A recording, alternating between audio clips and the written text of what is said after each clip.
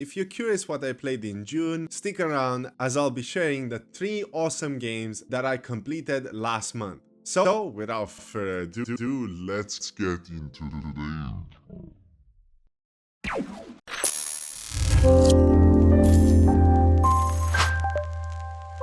Hello and welcome back to a brand new video. My name is Vashiral and this is Tailplay, and welcome back to a brand new video on every single month where I share about my thoughts of the games that I played the month before. I normally like to do this because I get a whole month in advance to clear out my thoughts about the games that I play. I try to complete them to 100% and give my personal experience with the games as a completionist. Of course, some of the games that I might be playing in every single month, I will not be able to reach completion, but I'll probably play enough to form an opinion. One of those games I'll be talking in today's video. That being said, let's get into that list and talk about the first game that I completed in June. First up, we have Melvor Idle. This game is a casual idle clicker inspired by classic RPGs. It's a perfect game to play in the background while doing other tasks. The progression system is satisfying and there's always something to work towards, whether it's leveling up skills or completing achievements. I found the resource management aspect particularly engaging. However, it can get really repetitive after a while as more and more tasks become more tedious. Leveling up can be a little bit much more slow, and having so many things to do, at some point or another you'll be less active while playing and the whole idling comes into place. But this is a common thing happening with idle games, so if you're not a fan of idle games, definitely you're not gonna enjoy this aspect. As I said, this type of games are normally played in tandem with other games that you play. It's something that you're not very much involved, and what I liked about this game is the fact that you can carry this game in your pocket. You can use the cloud save from your mobile and as well from Steam in order for you to keep track and continue to be active while you're idling. Overall, Melvor Idle is a great pick for those who enjoy incremental games with a touch of RPG flair. Personally, it took me more than 1,700 hours to complete this game to 100%. It is a very tedious game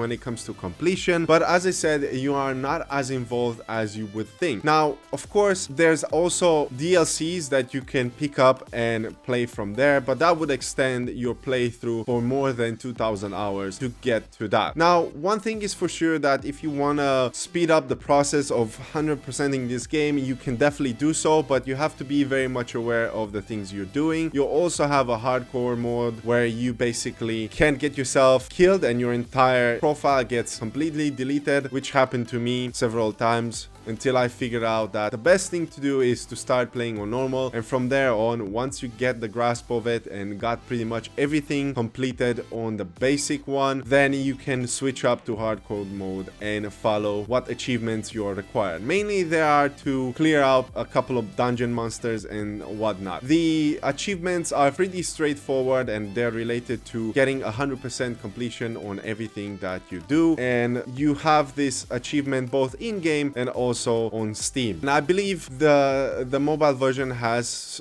something like that, but I'm not completely sure. But what I do like is that you can also mod the game if you want to. You can really set up the parameters and work your way in such a way that you can make your experience as comfortable as you want to make it. It's a great game, as I said, to relax and to check by every now and then, but it is definitely a very slow and long game to complete. Lastly, I would like to say that Melvor Idle sits as very good when it comes to an idle game. To be honest, is one of the best idle games that I played. I'm also playing Cookie Clicker and I'm trying to 100% that game right now as we speak, and hopefully I can reach that by the end of the year. A lot sooner. I've been much more active on that game and it's definitely an interesting one. So definitely I highly recommend trying this game out if you're interested in idle games. That being said, let's talk about the second game that I played. So the next game we got Ghost of Tsushima Director's Cut. This is the PC version that not too long ago came to PC, which I'm absolutely excited, and I'm glad I was able to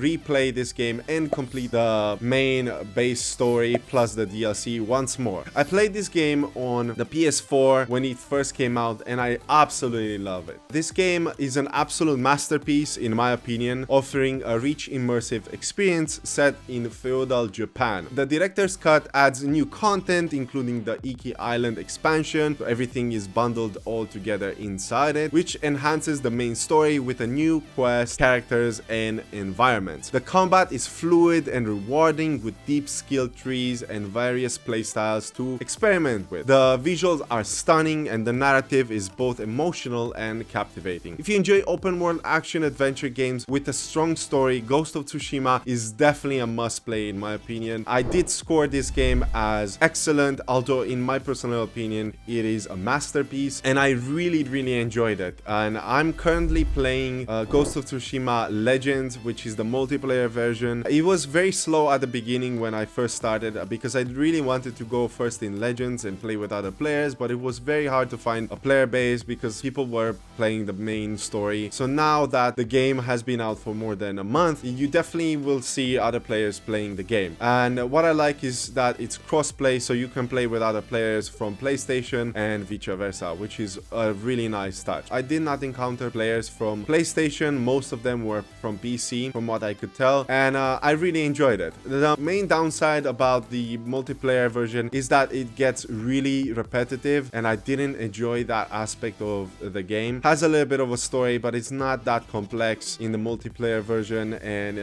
if you want to complete this game, it will take you some time because you're definitely gonna have to invest over 100 to maybe even 200 hours if you want to get 100% completion. I'm still working on it because of Legends and the new game plus, and because this is my second 100% completion on the main story and the DLC. I'm definitely still not finished with this game, and I want to return and shelve it once I hit 100% completion. I really love that Sony is slowly bringing all their titles, their exclusive titles, to PC, and I'm looking forward to try other games from them. I'm a big fan of games like this that have an open world with assassinations, therefore I love Assassin's Creed, and I talked about this in the past that this is for me one of the best Assassin's Creed type of games where you can play as a ninja, or you can play as an assassin, or in this case as a samurai. It's something that I really wanted from Assassin's Creed as a franchise, and we got it from Sony, or better yet from Sucker Punch. It's an excellent game in all areas, and I highly recommend trying it out. It's one of my favorite from Sony, and I can't recommend this game enough. If you are by any means interested in playing an open world like this, you're definitely gonna enjoy it. The whole exploration is very fluid. You follow the wind in order to get to pinpoint location, and the combat itself is very interesting, diversified, and it expands as you progress throughout the main story, as you unlock new skills, and as long as you are clearing out camps of Mongols. So I really enjoyed it. If you have heard about this game coming to PC, you definitely know that there is a player base that has been hyped about for a good reason. So that being said, I don't want to ramble too much about this game, but definitely pick this game up because it is worth it, even to the price point that initially is on at the moment on Steam. If you watch this from a different console like the PlayStation, definitely pick it up on PlayStation 5 or 4, and it will run perfectly fine on the older generation. That being said, let's talk about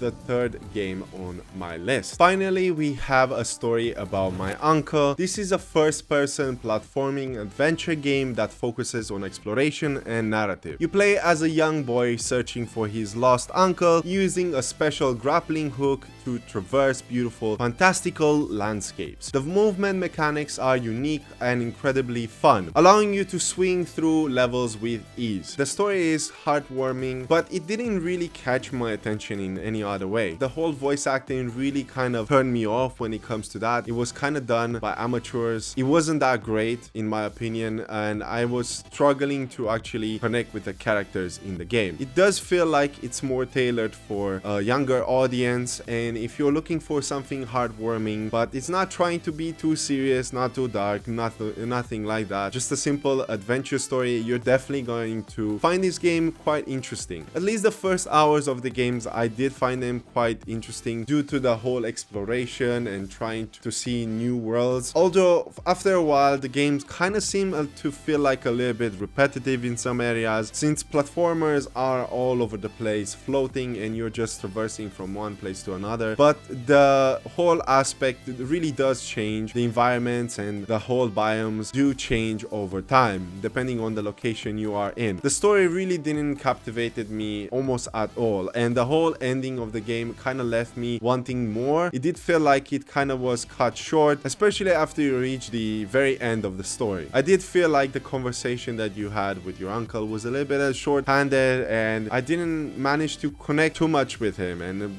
really explore who he was and his backstory. The characters that you meet along the way as well felt a little bit hard to read, and their backstories wasn't very well told. Overall, it was a very shallow game when it comes to those aspects. The most frustrating part was, of course, to complete this game. This game has a lot of challenges, and it puts you through a lot of time-based challenges where platforming can be a little bit of a hit or miss. You also have parts where you are not allowed to fail, and that will make things difficult since the platformer itself can be a little bit challenging, especially on the fact that every single decision that you make, your swing, can be tightly gripped, and you can miss up a couple of things, ruining the whole shot and having to repeat the whole level once more, because otherwise you will not get the achievements. Luckily, the game is fairly short, and if you want to explore this game without having to complete the game, you definitely can do this one easily. The game is not easy in all aspects, but it can be done by people who never experienced platformers with this kind of mechanics. Unfortunately, because the story and the whole gameplay wasn't that captivating, and because I really felt like in many areas it was fairly shallow, I gave this game the score of mediocre. It is not a game that I personally recommend if you're planning to pick it at a full price point. If you're planning to get this game on a discount, sure, why not get it if you are really into this kind of platformer games, but don't expect anything special coming out of this game whatsoever. If you really like the art style, then definitely that's something that maybe you might be interested in. I do like the fact that it really dabbles with creativity when it comes to the art directions. The characters, the creatures and aliens, whatever they are in this world, are unique. The structures are very interesting, and it's something that I never seen anywhere in other games, so I gotta give them props for that. I do wish that the voice acting and the whole music would be a lot more interesting, but again, not very well fleshed out in my personal opinion. Overall, that was my opinion about this game. So that was the list of games that I completed in June, or at least I beaten some of them, which I'm really happy with. Let me know in the comment section below which of the games have you been interested in trying, and after finding out my opinion on them, you might have considered to buy them or try them out. Let me know in the section below, because I'm really curious to hear your thoughts. If you ever experienced or played any of the games that I've listed, feel free to also share your opinion on the games. Did you like or agree with my thoughts on the games that I talked about? Do let me know, as I'll be reading and commenting back to every single one of you.